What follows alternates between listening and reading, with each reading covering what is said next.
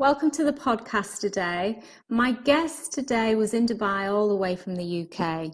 He was in Dubai catching up with his clients. Last weekend, he was also speaking at the National Achievers Congress, where he was sharing the stage with the likes of Gary Vee, Grant and Elenor Cardone.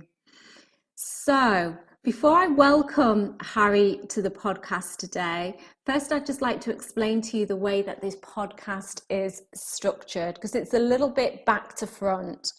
Now, unfortunately, when I went to extract the audio from my digital recorder, a good percentage of it was missing. So I've got about 14 minutes of it from my digital recorder, which is really good audio.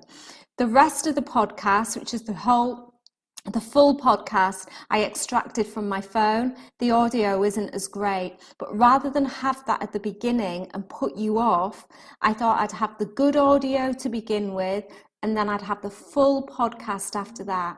So if you want to listen to the full podcast, stay tuned, because after about 14 minutes, it will go into flow. And all I can say is, look, I'm really sorry. I want to bring you very good quality recordings here. I've got all the equipment that I need to be able to do that. Sometimes I have little hiccups, and like I did with this one, I don't want it to happen again, because when you've got a guest such as Harry that's giving you his time and giving you gold, you know, the last thing you want to do is to mess it up. But anyway, so like I say, we've got the first 15 minutes is really good audio. After that, it's a little bit crackly, but see what you think. Stay tuned, listen on, and if you're happy with it, listen right to the end, because there's some really good content on here. If you would like to watch the video, I've uploaded this onto YouTube. Okay, I hope you guys enjoy. The first question I'm asking Harry about mentors. I've asked him how important mentors are in his life, and has he had any specific mentors that he would like to mention, and what the best advice is that he's been given from a mentor over the years.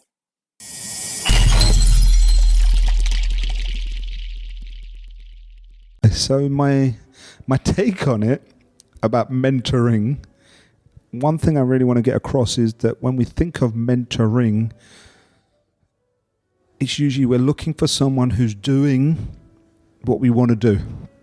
And when I started at 16, 17, 18, 19, and I was like, cool, it wasn't a case of you go and find someone that's doing it. One, it used to be like, oh, it's going to cost us money. But I sometimes find mentors usually are the people that are already around you, rather than going and searching.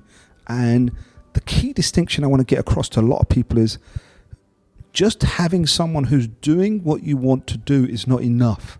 You definitely want to be around those people, but there's an extra few criteria what makes an effective mentor, and that is this. So if I look at myself, I'm speaking, I speak global, I make an income from speaking, I'm around other speakers, and I have the lifestyle that most people might want as a speaker. But what if I couldn't show other people how to do it? So this is that point where not only does the person need to be doing what you want to do, they need to be able to show you how to do it. They need to be someone that can coach you as well as just be a mentor, someone that's doing it. And then there's a third part I found out. If I started to coach and mentor people to start their business or develop their speaking business, check everyone? Okay, so if I wanted to show someone, if I told them to do what I did when I started out, they'd be lost.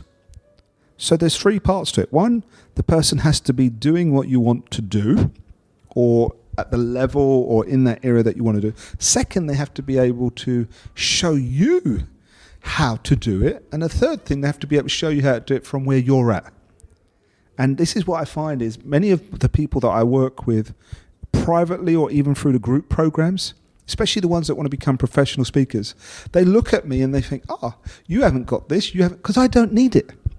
I'm at a different level. So for example, I don't need to do certain things because I've got endorsements for people, I've got my market, I've got my thing, but then I have to be aware of that and think, they can't do what I'm doing, and I can't do what they're doing. So you have to know what you're doing. You have to be able to show people how to do it.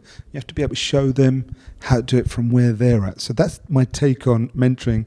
When it comes to me and my mentor, I look at mentors. It's a bit different with coaches and mentors as overlap. I look at a mentor as someone who's telling me what to do. I look at mentors as consultants. So if I want to do Facebook advertising, I'm going to get myself a consultant, someone who is doing it well, is getting results, and they can show other people how to do it. If they can show other people, they can show me. But they need to know where I'm at and so on. So I have people in that area.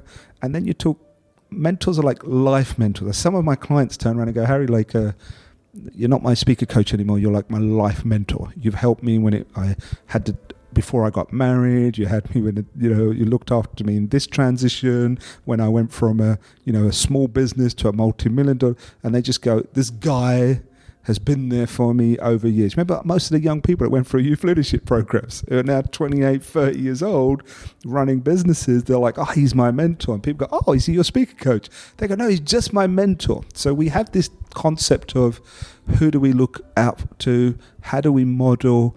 And Tony Robbins there, Deepak Chopra's there, Wayne Dyer's there, getting to meet these people. But now it's more a case of, it's like masterminding. People who are playing at the top of their game, they may not necessarily be the people that I want to do what they do. It's more for me, that type of mentoring is, how do they keep me to a standard? People like, there's a guy like Mac Hatran. A lot of people know this guy. Travels around the world speaking, talks of business. But he'll hold me to a standard because it's about you become the expectation of your peer group. So that is another part of, are they mentors in life, mentors? And then you look up to people. Mentor for me is Princess Diana. So did she teach me how to speak? No. Did she sit me down and tell me what to do? No. It's how she lived her life. So there are many people like that for me.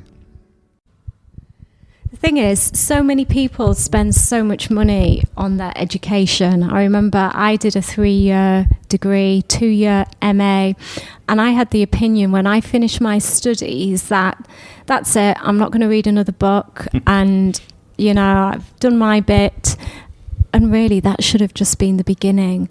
And the thing is, like so many people out there, I did a university course and an MA course that wasn't really aligned to me. So my education really started outside of the traditional forms of university, but because I'd studied for so long, and probably because I didn't particularly enjoy it. I was just doing it because I felt that that's what I had to do. And it wasn't until I really started learning again, and I've only just started like investing in more courses really, like in the last couple of years, and it has helped me massively. And it is something there's a big industry for this in the Middle East. I'm part of WhatsApp groups with over about 3 different groups, all with people that are, with over 100 people on some of these groups. They're all interested in the personal development, and they spend so much money on these. They really are like seminar junkies. I wouldn't say I'm to that extreme, but I think you've got to be very selective about who you choose to work with, about what you spend your money on. But I think it's so important that if you want to kind of progress and to develop in life and business.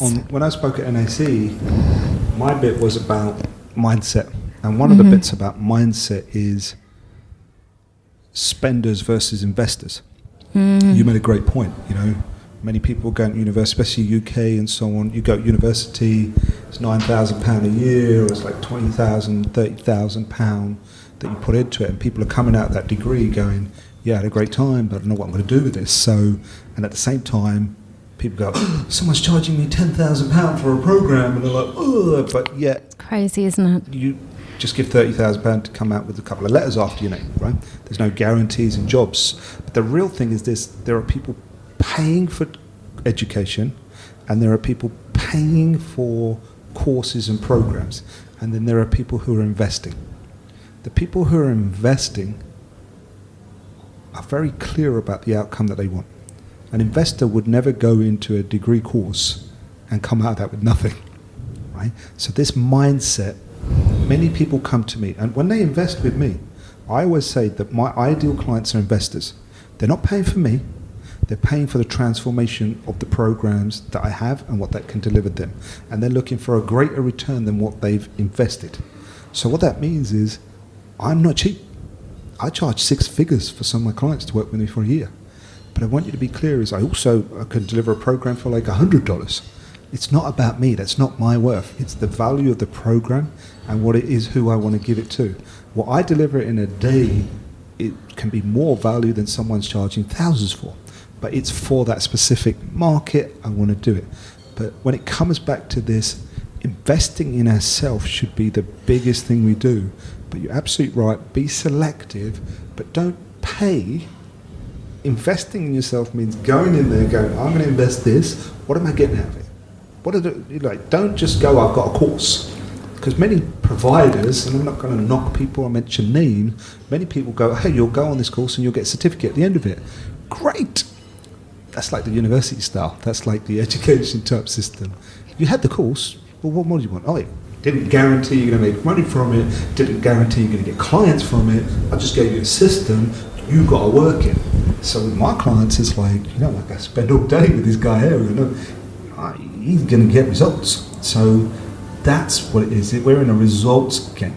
And if you're investing in yourself, that return on investment is tenfold. You should be expecting a lot more, because whether you're investing in speaking, whether you're investing in trading, whether you're investing in social media, what do you want to invest in social media? If you're going to invest in social media so you have 1 million followers and you don't do anything with it, did you invest so you could become famous? If you did, whoopie-doo, you got it.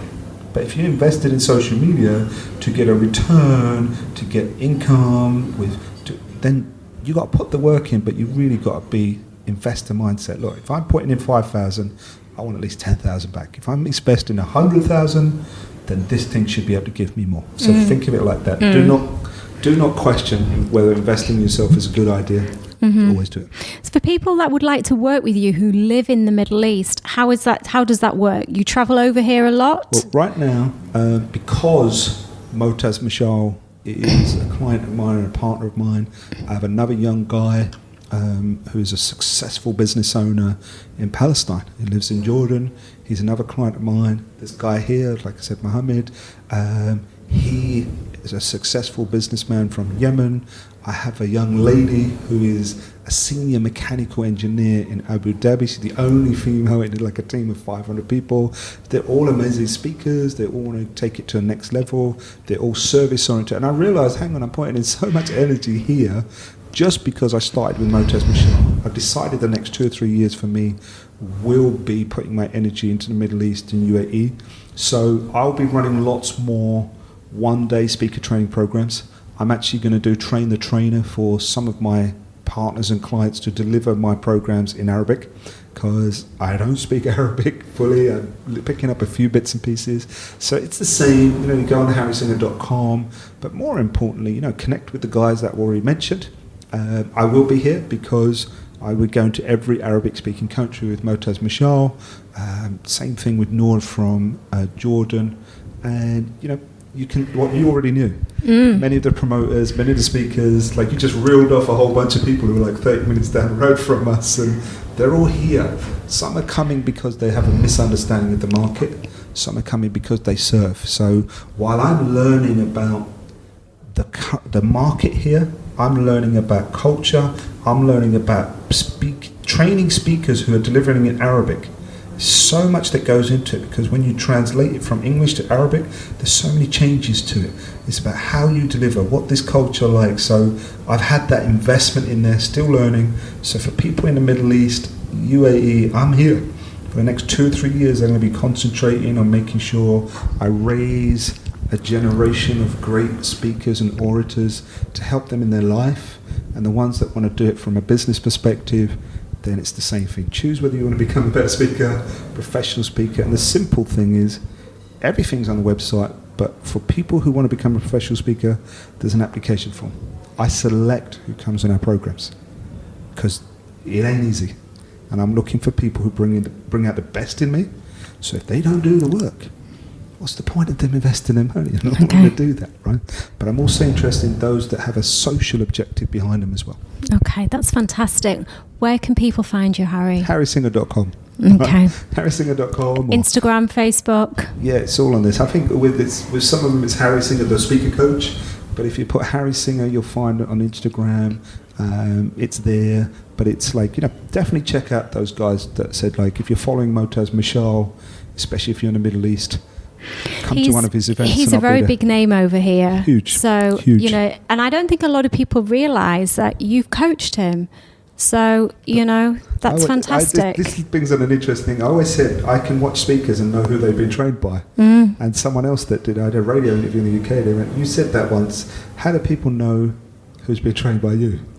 And I remember the first thing that came out my mouth, I said, they don't. So I thought, now I've got to back it up. And I said, why? Because I train speaker coaches with the systems and tools, and then I ask them to be authentic. That brings in them. And it's authentic with purpose. So even if there are things that we say, oh, this is something that we advise not to do, but if you're going to do it, let's compensate for it, make sure you actually achieve the purpose. So I'm more interested in growing speakers and letting them be celebrities in their area. But for those people in their community, they will know exactly who I am. That's great, fantastic. Thank you so much for being a guest, Harry. My pleasure. Really appreciate your time today.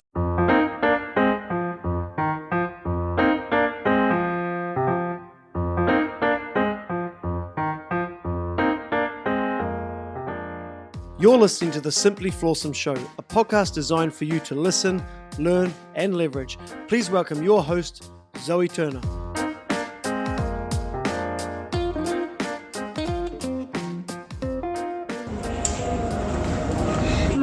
My guest today. Yeah, my desk. On my desk today, I am Harry Singha. Wow, that's a podcast in one. Take two. My guest today is in Dubai all the way from the UK. So he's been in Dubai catching up with his clients and speaking at NAC, the National Achievers Congress, where he's been sharing the stage with the likes of Gary Ree, Grant Cardone and Elenor Cardone. So I'd like to welcome Harry Singha to the podcast today. Hi Harry. Hello, thank you very much. Thank you for agreeing to be on the podcast, and it's good to finally meet you after all these years, because we've actually been Facebook friends for about 10 years? I'll stop counting. But we've never actually met. And I know you were in Dubai, I think it was probably about a year ago, and I never got to see you. So yeah, it's really good to kind of connect with you here. So to kick this off, tell us a little bit about your trip to Dubai. What are you doing here? And this current trip? Yes. Okay, so like you said, I was a speaker at the NAC UAE 2019. So I came as a speaker, I also took on a role as an MC with the amazing Anna Roberts. So I came for that. And then I have clients, I have speaking clients here in the UAE. And usually when I work with my clients, I start off with like a 3-day or a 5-day intensive. So I have a new client here in Dubai. We're currently in the second day of our 3-day program, so I'm seeing clients here, but because I've got quite a few clients in the Middle East, I will try and get to see as many as I can. So another one will fly in tomorrow, we'll hang out, we'll do work, we'll work on their speaking, and we'll just have fun. So, and then I get back home in a couple of days. Okay, it's fantastic. So for the listeners that don't know, can you give us a little bit of your backstory and what it is that you do actually do? Okay, sure. And yeah. No worries. I'm Harry Singha, I'm a speaker coach. So as a speaker coach, that's my main business, coaching and mentoring people. So through online programs, through workshops and through mentoring. But the other part that people will know me for is I'm passionate about two things: service leadership and creating world-class speakers. So where does that come from? Background-wise is I've been doing what I do since the age of 16 years old. And so most of my earlier part was all about youth leadership, and we still run youth leadership programs. But my main focus is on helping as many people with communication and speaking, and then taking those guys who want to take their speaking to world-class, global standard, and that's what I do. So when you say you've been doing this since you were 16, like what did you start doing? Have you been speaking since you were 16, or? So I think I need to go back a few years before 16. So I grew up in East London, and I grew up with a father who was alcoholic. But not only was he alcoholic, he used to beat up my mum and beat up me, my brothers and sisters. So I'm known as what they call as a child who experienced domestic violence. Yeah. So in that context, you can become destructive, but I was also very constructive. I experienced things as a child that you wouldn't wish on any child or adult. So I was sleeping on the streets of central London at the age of 11, 12, 13. I left home at the age of 15 after my uncle tried to kill me in the middle of the night. And all of these experiences, I mean, I talk about it now like I reel them off my tongue, but when I left home at 15, it was the worst day of my life because it was my mum telling me to leave for my own safety. And I became angry, I became very confused, and I had people believing in me when I didn't believe in myself. So from the age of 15, I started helping other young people in youth centres, social services and things like that. Literally because I was given a social worker and I was given a youth worker, and I didn't think there was anything wrong with it. Interesting. I mean, I shared with you that my background was in social work. For 10 years prior to moving out to Dubai, I was a child protection social worker. So you'll understand that now I was at risk, right? Even though they moved me out and asked me to live with my aunt, I got to a point where I was going in to youth centres and children's homes, and I was doing great work. And they wanted to employ me, but I was only 16. And they started, social services used to pay youth service for me, and youth service was paying expenses. And after a while, there's only so much McDonald's you can eat on expenses. And they got loads of money together, and then they started paying for me to have training. So at 16, I went on a counselling course, loved it. But I found out that they weren't going to qualify me because I was too young. I thought, what do I do? So I went and did that same course for 5 years. And then what happened was I got involved in placements where I had to use counselling skills, and I got involved with drugs projects. And 5-6 years later, when I got qualified, by that time, I'd set up counselling services in East London, drugs projects in there, and I was the chair of the mental health service from the practitioners at the age of 22. So when I say I've been doing what I do, officially at 16 I was getting paid to run workshops, do talks. Back then, which is like about over 30 years now, it wasn't called speaking. It was like you're a trainer, you're this. But so then I started running youth programs, and I got very good at it at a very early age. I got involved with Tony Robbins and people like that, and then I helped create Tony Robbins youth things like Discovery Camp back then.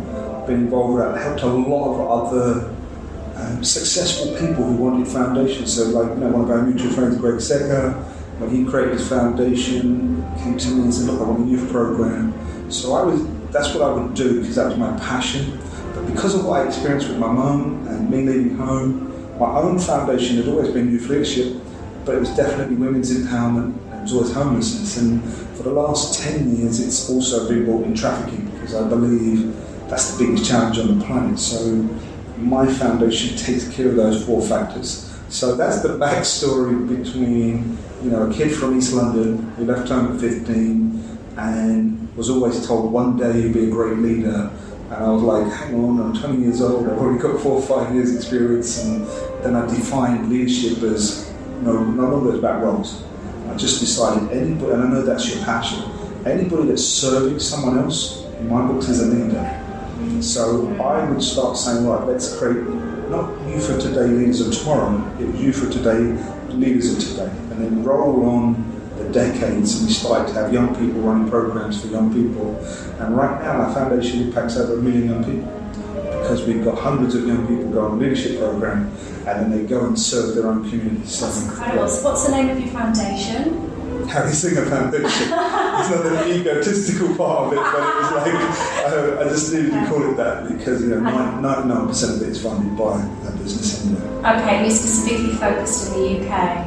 No. So the other part of what I do is, I'm surprised I haven't mentioned it already, when people talk about success and all the things that you achieved, I always say to people, we measure success different. And my measurement for success, for me personally, is my relationship with my wife. Because of what I went through as a young person, my wife was the first person that even shared about what happened to me. I was busy helping so many people, but I wasn't taking care of myself.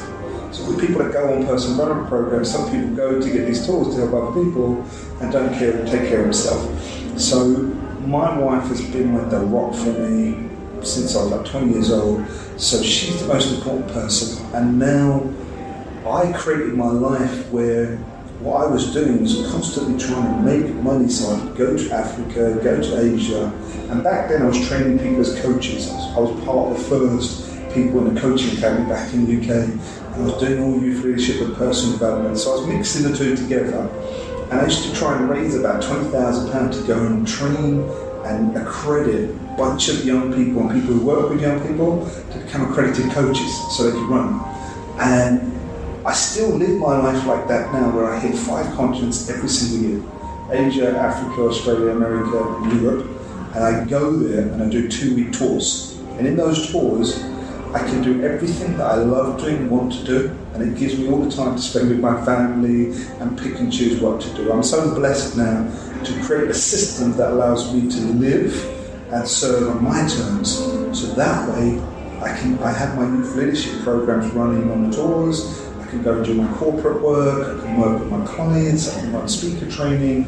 So that's the sort of backdrop.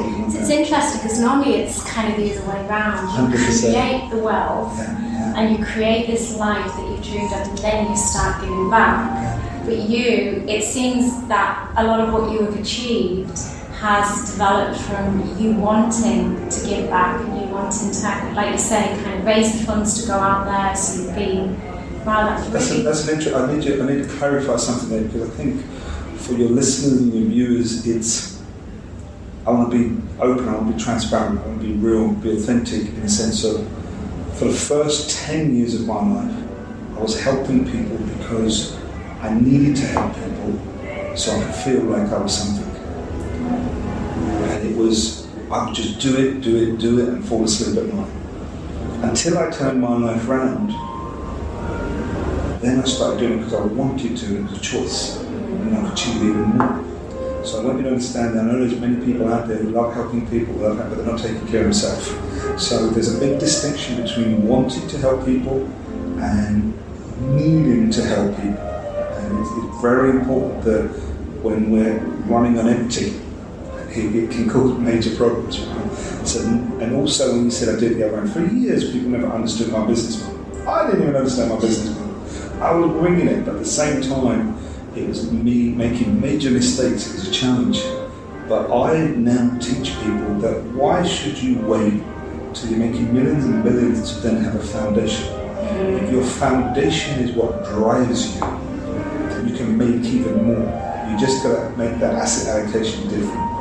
So most social entrepreneurs are driven by a social objective at the beginning. So I was a social entrepreneur before they even coined the term social entrepreneur. It's interesting. I just shared with you that I was at the Sharjah Entrepreneurial Festival, and there's been some amazing speakers there today. There's been Vishen from Mind Valley, who I believe you know, also Jim Quick. And what you're saying just reminds me something of what Vishen was saying during his talk, is that sometimes you just trust the process, and if you follow your passion and follow your dream, life just has a way of figuring everything else out, and it seems that's kind of what's happened, rather than just consciously kind of thinking about things too much. Yeah, because let's put it this way, helping people doesn't require you to need money and all these other things, because having a vision, wanting to impact, if you know there's a problem in humanity that you want to make a difference to, right now we live in a world where you can just share information. You can share posts, you can set up a Facebook group for women who have been trafficked, and you can just start putting valuable information. You can start making awareness of organisations that help that. And then it's a case of, don't give what you don't have, but don't beat yourself up. Don't help for the sake of significance. Don't go, I'm helping this, I'm doing this, I used to do that, I'm going to impact this and so on, and then it would be me and my wife that would suffer because I'd be remortgaging our property just to fund the things that I said I was going to do, right? So those are misguided. That's when you're driven by like, I need to do it, I need people to see I'm something. So giving and helping, it should be a daily thing, it should be a ritual, it should be a lifestyle. And I always say leadership is not a role, it's a lifestyle. So self-leadership is also something that people need to understand. If you're not taking care of yourself, how are you going to keep serving other people? Thank you. Your journey over the years has meant that you've shared the stage with some fantastic people. Like this weekend, we've had Gary Vee, we've had Cardone. There's a long list of people. I think Sir Richard Branson, he's one of them, and many more. And you know what? I need to say it because I know people introduce because I'm involved with Success Resources and some of the top promoters. It means by virtue of being with them, I get to share the stages with these guys, and there are some that I get to do things with them. People that I've been involved in for years, the whole Tony Robbins family, being able to speak on Tony's UPW stage. These are all great highlights in my life. But then there are amazing people that people don't know. And those, to me, my measurement is those that have been super successful in what they do based on what they see. But my measurement of success with these guys are the people who are really making a difference, really service oriented. And you slice them in the middle, they've got authenticity there. So like when you mentioned Jim Quick, Jim Quick met through social media and things like superheroes. When they call you a superhero and all that, none of these people are looking for the titles. They're just what they do quietly, what they do privately, but it is important to publicly acknowledge them. So yes, I've had the pleasure, my feet are firmly on the ground, right? So I see these people, I love them, I appreciate them, it's an honor to speak on the stage with them, but I never get into the comparison of all of that.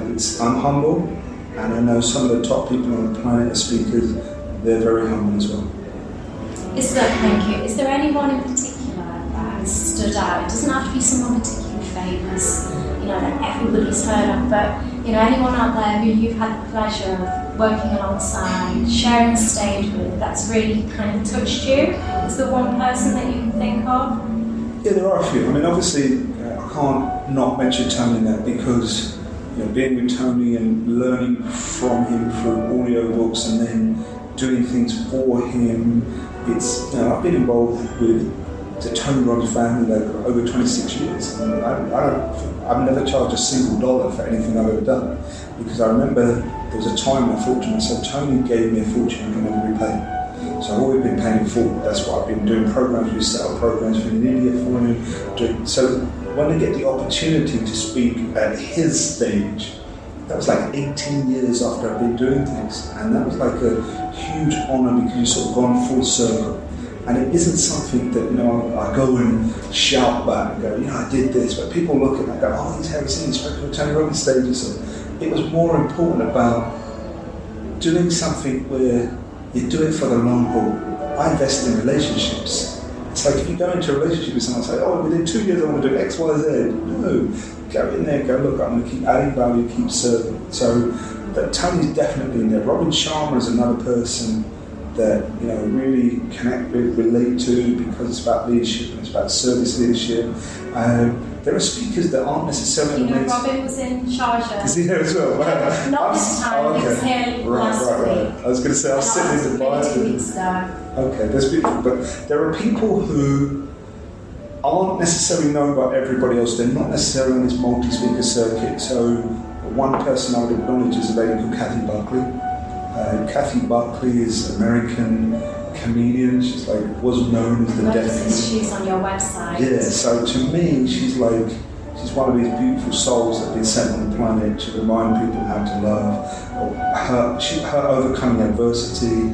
And many of these speakers, how people see them, to me, they're like brothers and sisters. Like even Nick Vujicic. Just being with Nick in Texas, where he spoke to 13,000 high school students while he was doing his bullying campaign. people that have overcome adversity, but when they share their story, it's no longer about their story. It's about the message and the gift and using the platform to make a difference. So, yeah, I'm blessed. There are so many, but there are people that are like my own private clients. Like, you've got a young guy called Spar Shah, 15 years old. All he had a goal was he wanted to sing and speak to 1 billion people, and he has what people know as brittle bone disease. About 500 operations and so on since he was like 12 years old.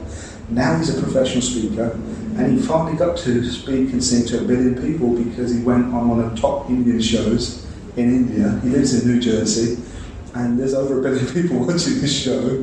And then I think it was just last month he sang when the Indian Prime Minister went to America, Donald Trump, and he was that kid in there doing all these things. So there are people like that. I can read them off. There are women that I work with who go into refuges where other women have been trafficked and rescued, and they do great work. So as well as the well-known ones, there's just so many around me who, these are my heroes and heroines. That's amazing, thank you. What do you do in your life do you have any rituals that you do, like daily rituals that you do to keep your kind of mind active or to keep yourself mentally on form? You do a lot of... There's a presupposition there that my mind is on form. Well, a lot of high performers do have rituals that interest me. I mean, is there anything in particular that you do? It's funny, we literally had a conversation this morning with my client, and he was asking the same thing. There is something I do every morning, and it's a ritual that just came by habit. It's something, and it's been conditioned. So I always say, people joke about it, it's like, because I travel quite a bit, I always say the moment I wake up, the first question in my head is, where am I? Right? And as soon as I know where I am, I immediately go into, I know what I've conditioned myself to be the first question. But as soon as I know where I am, I go into breathing. I just do a lot of deep breathing. And because that helps me, you open your eyes. As crazy as it sounds, I start doing eye exercise to make sure I look up, look down, because I just want to get myself, and I'm not even out of bed. And the first question I go into is, because depending on where I am, it's the same question. Now, the first thing is, how can I actually add more value today? So if I'm at home, I'm with my wife and my kids, it's like, how can I add more value today? And if I'm going to be meeting people, if I'm not at home, and I wake up in the morning, where am I? Oh, I'm in the Shangri-La, I'm in Dubai, okay, I know where I am. Because literally I was in a different hotel yesterday, right? And then I go, okay, cool, I've got my new client, and today we're going to focus on how can I add more value? How can I turn up better? What can I make sure I drink, or do I hydrate? Do I do this? How can I add more value? How can I give you more than you possibly expect? And to me, that's how one of the rituals that I start with. And then I get up, then I stretch, then I go and do all these other bits and pieces. And I don't turn my phone on until I've done all those bits and pieces. So that's one of the rituals. I think literally not turning your phone on is another ritual. Oh, 100%. Well. These are the things the little things is what you do and what you don't do. But when you ask me rituals, and you were thinking, what rituals do you have to keep? The first thing that came to my head is, I'm a crazy football fan and I follow Arsenal. But following Arsenal, I don't know if it's good for my mental health or not right now, but I miss the games when I'm not there, but even when I'm not there, I've still got the Arsenal shirt on, it's got my... So there are things that I have that, I love being with my family, and then I just love what I do. The people that I work with, I get to pick and choose who I work with. So I'm working with people who are making a massive difference to communities, and by me helping them become greater speakers and making sure they can create an income from it and be a world-class standard, I'm investing in them. So they're like Motaz Mashal, I mentioned him. Motaz Mashal is probably the #1 speaker across the Arab world, taking a personal development program, delivering it in Arabic. So he delivers these events like 5 or 6 times in different countries to like 500,000, like 500 and 700 and 1,000 people. By me investing and helping him, you see all those thousands of people? Are you Motaz's coach? I'm part of it, yeah. But now it's like, see, I don't even call it coach anymore. Once I spent a year with someone on an intensive, we become partners, we become family. So what that means is, Motaz is the first person to tell you who his mentor is and so on. That's me. But now I can go behind the scenes. So I'll be with him in a few days.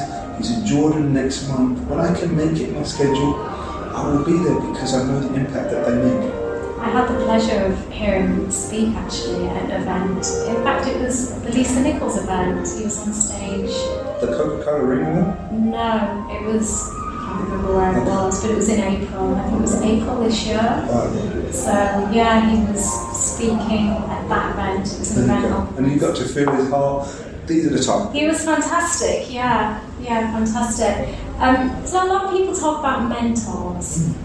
And like if you want to achieve greatness, and if you're not surrounding yourself with, you haven't got a good peer group around you, make sure you get yourself a good mentor.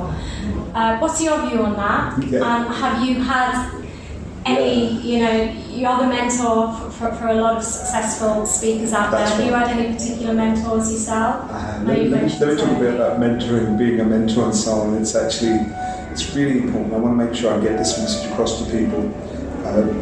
When I started out 30 years ago, wanting to be a speaker, there was nobody that I could go to, a speaker, and many of them were not even in the UK, and so on. So it was like, you just wing it, you get on with it, and people are still doing that today. People are winging it, and some people are really great. You get on with it, but they don't know how they're doing it, right? And it's this fake it till you make it mentality. But now as a mentor, I've been, I go in and do consultancy for governments, I go and do it for companies and so on, but the one thing I want to distinguish is this: a mentor, people look at a mentor, someone who's doing what you want to do. But that's not enough anymore, because you can find someone. Do it, Karen? How long has it been out? About 30 minutes. The video will tell you how long. Why has that happened? I'll just start again from the question. That hasn't been off long, has it? No, just one. Just went off there. I think so. Oh, damn. I haven't carried weights in my vision. Hold on. Sorry about this. It's happened once before.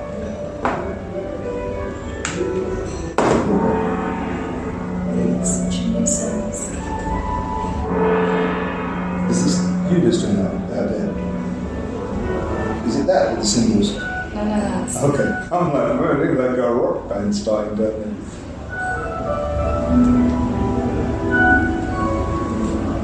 That literally just gone off, yeah? I think so. I can't guarantee. I don't know. So, Harry, a lot of people talk about, if you would like to achieve greatness and success in life, that you need to get yourself a mentor, surround yourself with a positive peer group. Has there been any particular person in your life that has that you've had as a mentor? Still on that. It's still on, but I just totally lost it with that question. Yeah. Go with something you said. Oh God. Let's start again. Sorry, let's throw me a little bit. Harry, I'd like to talk about mentors now. It's said that, if you'd like to achieve success and greatness, and if you haven't got anyone who, inspires you, to get yourself a good mentor. What's your view on that? And, has there been any particular person in your life, any particular mentor that you'd care to mention and share with us today that has helped you get where you are today? Okay, so my take on it about mentoring, one thing I really want to get across is that when we think of mentoring, it's usually we're looking for someone who's doing what we want to do. And when I started out 16, 17, 18, 19, and I was like, cool, it wasn't a case of you go and find someone that's doing it. One, it used to be like, it's going to cost us money. But I sometimes find mentors, usually the people that are already around you, rather than going and searching. And the key distinction I want to get across to a lot of people is just having someone who's doing what you want to do is not enough. You definitely want to be around those people, but there's an extra few criteria of what makes an effective mentor, and that is this. So if I look at myself, I'm speaking, I speak global, I make an income from speaking, I'm around other speakers, and I have the lifestyle that most people might want as a speaker. But what if I couldn't show other people how to do it? So this is that point where not only does the person need to be doing what you want to do, they need to be able to show you how to do it. They need to be someone that can coach you as well as just be a mentor, someone that's doing it. And then there's a third part I found out. If I started to coach and mentor people to start their business or develop their speaking business, check everything? Okay. So if I wanted to show something, if I told them to do what I did when I started out, they'd be lost. So there's three parts to it. One, the person has to be doing what you want to do, or at the level or in that area that you want to do. Second, they have to be able to show you how to do it. And the third thing, they have to be able to show you how to do it from where you're at. And this is what I find is many of the people that I work with privately or even through group programs, especially the ones that want to become professional speakers, they look at me and they think, you haven't got this, because I don't need it. I'm at a different level. So for example, I don't need to do certain things because I've got endorsements for people, I've got my market, I've got my thing, but then I have to be aware of that and think, they can't do what I'm doing and I can't do what they're doing. So you have to know what you're doing, you have to be able to show people how to do it, you have to be able to show them how to do it from where they're at. So that's my take on mentoring. When it comes to me and my mentor, I look at mentors. It's a bit different with coaches and mentors as overlap. I look at a mentor as someone who's telling me what to do. I look at mentors as consultants. So if I want to do Facebook advertising, I'm going to get myself a consultant, someone who is doing it well, is getting results, and they can show other people how to do it. If they can show other people, they can show me. But they need to know where I'm at and so on. So I have people in that area, and then you talk. Mentors are like life mentors. Some of my clients turn around and go, Harry, you're not my speaker coach anymore, you're like my life mentor. You've helped me before I got married, you had people who looked after me in this transition, when I went from a small business to a multi-million dollar, and they just go, this guy has been there for me over years. Remember, most of the young people that went through youth leadership programs, they're now 28, 30 years old, running businesses, they're like, he's my mentor. People go, is he your speaker coach?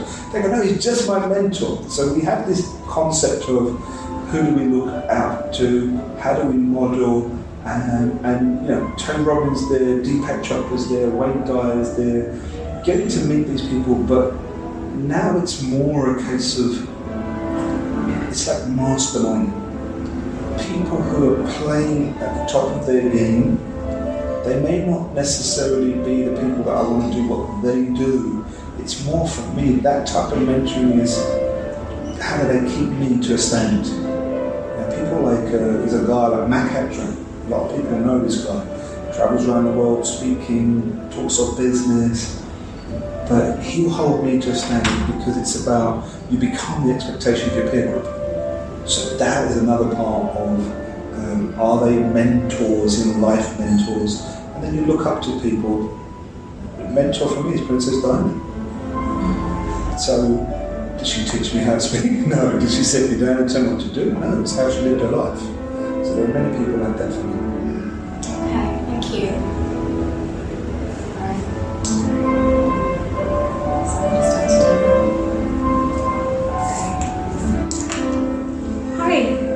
I've looked on your website and HarrySingha.com. HarrySingha.com and you differentiate between helping people become a speaker and helping people become a professional speaker. How can you explain the difference in that? Sure, how you work with somebody? Well, the reason I decided to really get into the whole speaker training market was I saw a few speaker trainers training loads of people to become speakers, and many of them never really made it, and because they misunderstood the training and so on. So I wanted to, if you ever get upset with something, you've got to do something about it. And because I was in the speaking industry, it's a bit like the life coaching industry, something like a million coaches, and every coach was tarnished with the same thing. So when I saw her speak, I wanted to do something about it. And I thought, okay, I'm training my private clients, speaking and doing things, so let's take this market. But I was very clear, you only got so much time you can invest into doing things, and especially if I prioritize time with my family. So I just thought, you know what? There are people, speaking is huge. It's like the most lucrative industry from an income standpoint, but it's also when you break it down to communication. So if you want to give speaker training to someone who is using speaking presentation in their job, you want to go to a student who has to do a presentation, you've got someone in a business who's pitching, but they don't see themselves as a professional speaker. They're not doing it to go and make money. They're just thinking, I need to be able to speak in groups. And all these people that think they have a fear of public speaking, I don't believe there's any such thing as a fear of public speaking. I actually do believe it's a fear of public shaming. So when you realize that, you can actually address it differently. But without me going off on a tangent, what I decided was, how can I help loads of people and then focus on one group? So what I did was, the people who want to become professional speakers, from a business perspective, someone who wants to earn an income from it, they need to invest into that area. So there, from a business perspective, that's where I'll focus my energy of my actual time, giving group programs or private one-to-one.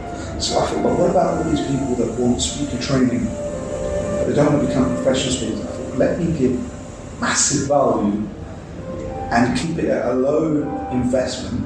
So I created a program called Become a Better Speaker. Whether it's at school, whether it's at home, whether it's in your church, whether it's in your community, or whether it's your work, and so on. Because these people just want some tools. And I always have 3 parts of anything I do. Number 1, how to create content.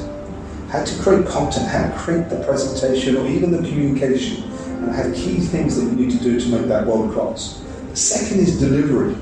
Delivery is the actual presentation skills, how to engage, how to transform, how to get what you want. And if you want to be delivering like the top speakers. The third part is how to earn income. So there are some people who go, I want to learn how to make an income. But I still teach that to them anyway, because it isn't about making money, it's about realizing there's an income there that you can tap into and you can use it for not-for-profit distribution. But most people that just want those few skills don't want all the rest of it. So I created like a 21-day challenge. I have a 1-day program called Become a Better Speaker, and I love it because it's me giving so much value in person, and I build it into my talks. So there are a whole group of people who just want to become a better speaker, and I'm a big fan of your program should say what they do. So anybody that wants to become a better speaker, that's for them. Anyone that says, look, I want to become a greater speaker, a world-class speaker, and earn an income and make it a professional business, then that's a different thing. It's a bit like someone coming to me and I'm a driving instructor. Someone wants to become a Formula 1 driver versus someone who says, I want to be an Uber driver. So, no disrespect to either, but they're going to need different things to get there. So that's why I made that distinction. What does it take to earn an income? Oh wow, here you go. From being a speaker. I got it, right? So this people ask me is, I say, most people think there's only one way to earn income, and that's like you get paid a fee. I have a model called FBI. There are 3 ways to earn income. One is F, which stands for fee. So you're basically charging a fee, whether you're charging $500 or $50,000. The only way you can earn more money is a fee-based professional speaker is you have to increase your fee or you have to get lots more gigs. I don't want to get hundreds and hundreds of gigs because it takes me away from my family, right? So most people, that isn't what they set out to do. I want to be a professional speaker and I make money for my family, but you've got to do 100 gigs a month. It's just not, it's not the most viable. And it's, when you think about time for money, it's on the lower end. So if you are a fee-based speaker, you have to increase your fee or you have to get more gigs. Those are the skill sets you need. But then you've got B. B is called back end. And back end simply means that you can go and speak and you don't have to charge a fee. That you can speak in larger groups to communities that may not have the resources to pay you to speak. But now you can sell a product. Because if you're like starting out and maybe charging $500, if you've got 500 people in the room and you've got a book, and 100 people buy your book for $20, that's $2,000.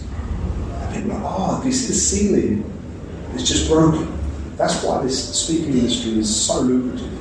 In 90 minutes, you can sell a $2,000 product to 5,000 people and 1,000 people buy it. You're in the millions. That's why you have this speaking industry, right? So that's backing. Meaning you have, so even when you're starting out, just like you have a podcast, you have a series of interviews. You could go and speak, and if you've got a podcast with these amazing people, including Harry Singha, you can then put it together and go, hey, this podcast, it's like $20. If you've got 500 people in a room, it's there. And it's something that people want. So that's the back end. The I in the FBI is invitation. It's the one I do most of all.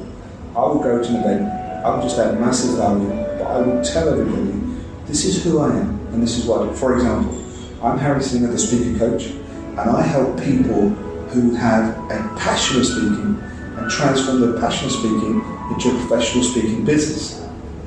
Now I'm talking to the whole world and say, this is what I do. And then I add loads of value and I say, those of you that are interested, go to my site, fill a form in, check all the free stuff, do what you want. If you want to work with me, fill a form in and let's see what you do.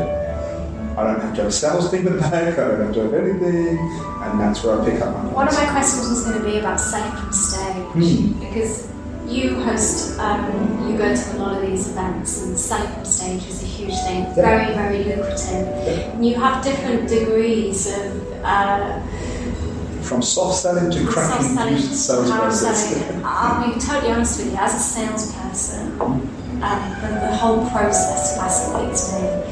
And I've seen some, the likes of Andy Harrington is extremely good at that. And I've seen him do it. And the first time you go to these events and you're not familiar with it, it really is. Like, these people are making you feel like if you don't buy their course, then you're not going to succeed. It's like total psychology. But then the more events you go to, the more kind of you understand the process. And I just love watching people leg it to the back of the room. But it was interesting at this event at NAC, the National Achievers Congress. I was really surprised by Ty. I don't know why, but I'd formed a judgment of Ty Lopez. I absolutely loved it, and I love the fact that it didn't come in with a hard sell. Neither did Grant. He didn't come in with a hard sell either. But then you had, a couple of other speakers that did, like John Lee, and I'm pretty sure there's so many people. I mean, it works because I think more people bought John, or if you look to the back, it appeared that more people had bought John's course. I mean, what's your view on this hard sell? Are these methods that you adopt? The answer to the question, are these methods that I adopt? The short answer to the question is yes. But I think I do them differently and on different scales. So what does that mean? The process that people use, it helps you achieve an outcome. You have to understand in this industry, people knock this industry, they're not promoters and say, there's all these people selling. But the promoters put in so much money to hire a van. You have to realise there's millions goes in. And to bring in some of the top speakers, the big name speakers, they're being paid a fee to go. Right? That's why they don't have to sell. So if you imagine you're a promoter and you just put in $5 million to put on an event, you're going to need speakers to come in who are going to sell. Because then you're going to take a cut from them. That's the only way of doing it. That's how, in one side of the coin, it's many people are getting to hear people like Richard Branson, Tony Robbins, and so on. So there has to be a business model. The promoters are doing it. It's a business, right? It's not a charity. When it comes to the individuals using that sales process, it works. It's very important. People need to understand it. And I always teach people to be authentic. If it feels right for you and that's what you do, go ahead and do it. You also have to make sure what you're delivering has to be of value. So there are some speakers, like you said, like John Lee. John Lee does a hard sell, but John Lee delivers. John Lee's products and program make a difference in people's lives, right? So I've known him a long time and so on. When it comes to me, I personally want to advocate that you can sell and it doesn't have to be so hard. But my model isn't like, I don't need 500 people to come and attend an event and things like that. It depends on who you are and what you want to do. You have to have a certain team behind you. But I want to point this across. The process that is used, it's really, and I teach my clients, the same systems and processes that you have to have people running to the back of the room to buy a product is the exact same system and process you need to take 1,000 young guys who are carrying guns and in the end of the event put their guns down and carry pencils. Because it's the art of influencing. And sometimes people need to be pushed, but it's, I think what you're saying, I hear a lot of people, it's just a line that people go past, and it's okay. It's even Tony Robbins. Tony Robbins could sell harder, but chooses not to. Tony Robbins, and that's his value system. He wants to do it his way. Yeah, he makes billions, but he could be making more. So people do what they do. Hopefully, they'll. Yeah, I think in the presentation, if you're giving value, like we mentioned John Lee, don't need to focus on him or single him out, but he gives a lot of value. Gives a lot of free value in his presentation. So even if you don't buy his course, you're going to go away from that with, you know, some really good actionable tips that you can take away and that you can apply. Here's the flip side. There will be some people that will feel, I was sold to really hard. And there are some people that will go on those programs, take the content, and it will transform their lives, emotionally, spiritually, and financially. And they might be the people that go, hey, you know what? To whoever the speaker is, he or she will go, had you not pushed me that way, I probably wouldn't have gone there. So there is two sides to it. So I'm not here to knock speakers or knock the system or even the industry. But I do know that I've been in the industry for over 35 years, and I'm now seeing that there aren't as many people that have got the authenticity there. But we know the few good ones, but it's like, I'm not here to complain. I'll make the difference. I'll influence the industry while I'm still here and so on. So there's yin and yang to it. And it's education, you know, and education should be continuous. I know when I finished, I spent so long at university many years ago. I did a 3-year degree, then I did a 2-year MA. And I remember coming out of it and I had, this is just, right, I'm going to wrap up anyway, because we've been chatting for a while. I can't have this happen, I've got to get some. I said to 10 minutes? Yeah, 10 minutes. Sorry about that. It reminds me that we need to get some batteries.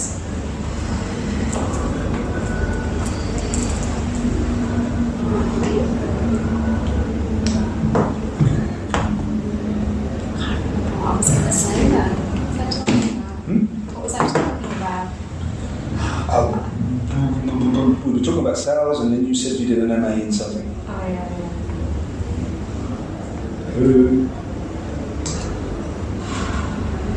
thing is, so many people spend so much money on their education. I remember I did a 3-year degree, 2-year MA, and I had the opinion when I finished my studies that that's it, I'm not going to read another book, and you know, I've done my bit, and really that should have just been the beginning. And the thing is, like so many people out there, I did a university course and an MA course that wasn't really aligned to me. So my education really started outside of the traditional forms of university, but because I'd studied for so long, and probably because I didn't particularly enjoy it, I was just doing it because I felt that that's what I had to do.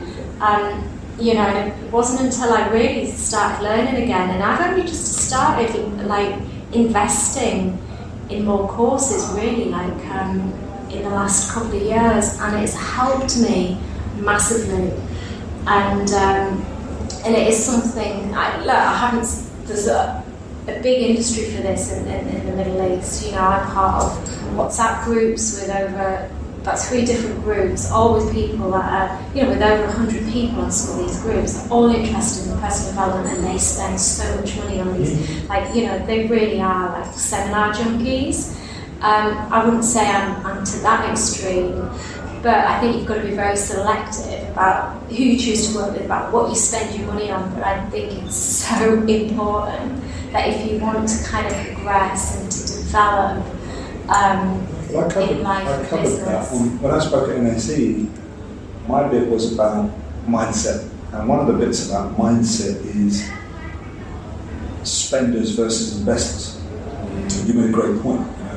Many people go to university, especially in the UK and so on. You go to university, it's £9,000 a year, or it's like £20,000, £30,000 that you put into it. People are coming out of that degree going, yeah, I had a great time, I don't know what to do with this. So, and at the same time, people go, someone's charging you £10,000 for a program, and they're like, ugh, but yet, crazy, isn't it? You just give £30,000 to come out with a couple of letters after you, right? There's no guarantees and jobs. The real thing is this: there are people paying for education, and there are people paying for courses and programs, and then there are people who are investing.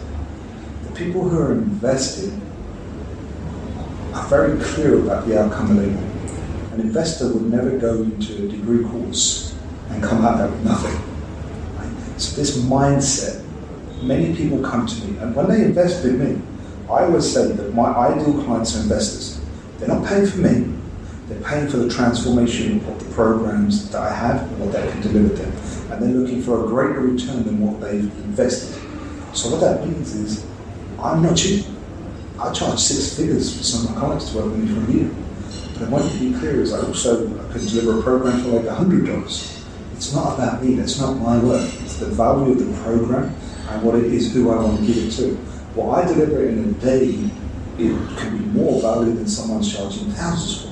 But it's for that specific market I'm going to do it. But when it comes back to this, investing in ourselves should be the biggest thing we do. You're absolutely right, be selective, but don't pay. Investing in yourself means going in there and going, I'm going to invest this, what am I getting out? Don't just go, I've got a course.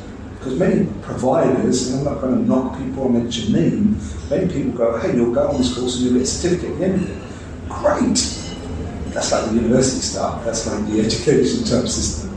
You had the course, well, what was it? Oh, didn't guarantee you're going to make money from it, didn't guarantee you get clients from it, I just gave you the system, you got to work it. So with my clients, it's like, I got to spend all day with this guy here, he's going to get results. So that's what it is, we're in a results game. And if you're investing in yourself, that return on investment is tenfold. You should be expecting a lot more, because whether you're investing in speaking, whether you're investing in trading, whether you're investing in social media, whether you're going to invest in social media, if you're going to invest in social media so you have 1 million followers and you don't do anything with it, did you invest so you could become famous? If you did, you got it. But if you invested in social media to get a return, to get income, then you've got to put the work in, but you've really got to be investor mindset. Look, if I'm putting in 5,000, I want at least 10,000 back. If I'm investing 100,000, then this thing should be able to give me more. So think of it like that. Do not question whether investing in yourself is a good idea. Always do. So for people that would like to work with you who live in the Middle East, how does that work? You travel over here a lot? Well, right now, because Motaz Mishal is a client of mine, a partner of mine, I have another young guy who's a successful business owner in Palestine. He was in Jordan. He's another client of mine. This guy here, like I said, Mohammed, he is a successful businessman from Yemen. I have a young lady who is a senior mechanical engineer in Abu Dhabi. She's the only female in like a team of 500 people. They're all amazing speakers. They all want to take it to the next level. They're all service oriented. And I realised, I'm putting in so much energy here just because I started with Motaz Mishal. I've decided the next 2 or 3 years for me will be putting my energy into the Middle East and UAE. So I'll be running lots more one-day speaker training programs. I'm actually going to do train the trainer for some of my partners and clients to deliver my programs in Arabic, because I don't speak Arabic fully, and you're picking up a few bits and pieces. So it's the same, you go on harrysingha.com, but more importantly, connect with the guys that I've already mentioned. I will be here because I will go into every Arabic-speaking country with Motaz Michelle. Same thing with Nord from Jordan, and you can what you already knew. Many of the promoters, many of the speakers, you just reeled off a whole bunch of people who are 30 minutes down the road from us, and they're all here. Some are coming because they have a misunderstanding of the market. Some are coming because they serve. So while I'm learning about the market here, I'm learning about culture. I'm learning about training speakers who are delivering in Arabic. So much that goes into it, because when you translate it from English to Arabic, there's so many changes to it. It's about how you deliver, what this culture like. So I've had that investment in there, still learning. So for people in the Middle East, UAE, I'm here. For the next 2 or 3 years, I'm going to be concentrating on making sure I raise a generation of great speakers and orators to help them in their life. And the ones that want to do it from a business perspective, it's the same thing. Choose whether you want to become a better speaker, professional speaker, and the simple thing is, everything's on the website, but for people who want to become a professional speaker, there's an application form. I select who comes in the programs, because it ain't easy. And I'm looking for people who bring out the best in me, so if they don't do the work, what's the point of investing in them? You don't want to do that, right? But I'm also interested in those that have a social objective behind them as well. Okay, that's fantastic. Where can people find you, Harry? harrysingha.com. harrysingha.com. Instagram, Facebook. Yeah, it's all on this. I think with some of them it's Harry Singha, the speaker coach. But if you put Harry Singha, you'll find it on Instagram. It's there. But it's definitely check out those guys that said if you're following Motaz Michelle, especially if you're in the Middle East, come to one of these events. He's a very big name over here. Huge. So Huge. and I don't think a lot of people realise that you've coached him. So, that's fantastic. This brings up an interesting thing. I always said I can watch speakers and know who they've been trained by. And someone else that did the radio in the UK, you said that once. How do people know who's been trained by you? And I remember the first thing that came out of my mouth, I said, they know. So I thought, now I've got to back it up. And I said, why? Because I train speaker coaches with the systems and tools, and then I ask them to be authentic. That brings in them. And it's authentic with purpose. So even if there are things that we say, this is something that we advise not to do, but if you're going to do it, let's compensate for it, make sure you actually achieve the purpose. So I'm more interested in growing speakers and letting them be celebrities in their area. But for those people in their community, they'll know exactly who I am. That's great, fantastic. Thank you so much for being a guest, Harry. Really appreciate your time today.